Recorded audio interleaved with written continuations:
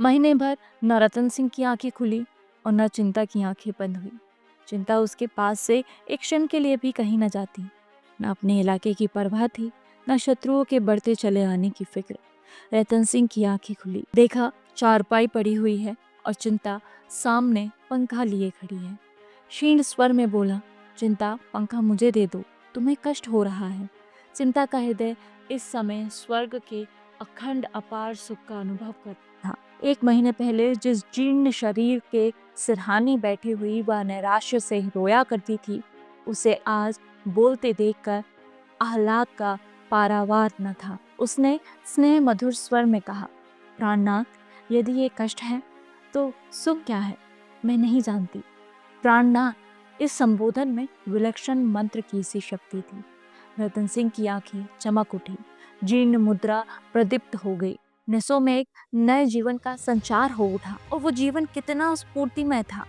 उसमें कितना माधुर्य, कितना उल्लास और कितनी करुणा थी। रतन सिंह के अंग अंग फड़कने लगे। उसे अपनी भुजाओं में अलौकिक पराक्रम का अनुभव होने लगा। ऐसा जान पड़ा मानो वो सारे संसार की सैर कर सकता है, उड़कर आकाश पर पहुंच सकता है, पर्वतों को चीर सकता है। एक क्षण के लिए उसे ऐसी तृप्ति हुई मानो उसकी सारी अभिलाषाएं पूरी हो गई हैं और वो किसी से कुछ नहीं चाहता। शायद शिव को सामने खड़े देखकर भी वो मुंह फेर लेगा, कोई वरदान न मांगेगा। उसे अब किसी ऋषि की, किसी पदार्थ की इच्छा न थी। उसे गर्व हो रहा था मानो उससे अधिक सुखी, उससे अधिक भाग्यशाली पुरुष संसार में और कोई ना होगा। रतन सिंह ने उठने की चेष्टा करते हुए कहा, बिना तप के सिद्धि नहीं मिलती। चिंता अभी अपना वाक्य पूरा भी न कर पाई थी कि उसी प्रसंग में बोले, हाँ, आपको मेरे कारण अलबत्ता दुसर यातना भोगनी पड़ी। चिंता ने रतन सिंह को कोमल हाथों से लिटाते हुए कहा, इस सिद्धि के लिए तुमने तपस्या नहीं की थी, झूठ क्यों बोलते हो? तुम केवल एक अबला की रक्षा कर रहे थे। यदि मेरी जगह कोई दूसरी स्त्री होती तो भी तुम इतने ही प्राणपण से उसकी रक्षा करते। मुझे इसका विश्वास है।